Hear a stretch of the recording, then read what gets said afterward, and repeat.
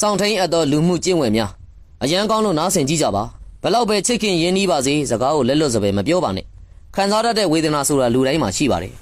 ဘလောက်ပဲမုန်းတီးနေပါစေတခြားသူရဲ့ပုံကိုယ်ရေးကိုနှိမ့်ချစော်ကားတာမျိုးမပြုလုပ်ပါနဲ့လေးစားမှုဆိုတာလူတိုင်းနဲ့ထိုက်တန်တယ်လို့မိမိကိုယ်တိုင်နဲ့လည်းထိုက်တန်ပါတယ်ဘလောက်ပဲသဘောကောင်းတဲ့သူနဲ့ပဲတွေ့ပါစေအခွင့်အရေးကိုတစုံမလိုက်ပါနဲ့မိမိကိုယ်ကိုထိမ့်သိမ့်တတ်ပါစေအခွင့်အရေးသမားကိုလူတိုင်းကမုန်းကြတယ်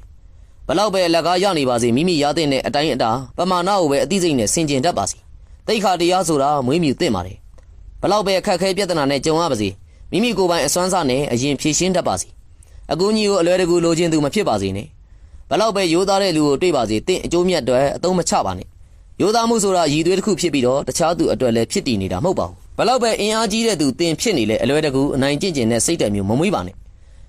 ဒီကနေ့အင်အားကြီးတဲ့သူကနောက်တနေ့မှအင်အားပြောက်ဆုံးသွားနိုင်လို့ပါတန်တရားဆိုတာလဲပတ်နေပါတယ်ဘလောက်ပဲအတွေးခေါ်တွေစန့်ကျင်ဘက်ဖြစ်နေပါစေကိုပဲမှန်တယ်မထင်ပါနဲ့မကျင်သုံးနိုင်ရင်ပယ်လိုက်ပါတခြားသူရဲ့အတွေးခေါ်တွေကိုတင်လဲမနေနိုင်သလိုသူလည်းနေနိုင်မှာမဟုတ်ဘူးလေတင်ဘလောက်ပဲထူးချွန်ထက်မြက်နေပါစေတခြားသူကိုညံ့ဖျင်းတုံးရတယ်လို့အလွယ်တကူမှတ်ချက်မပေးနဲ့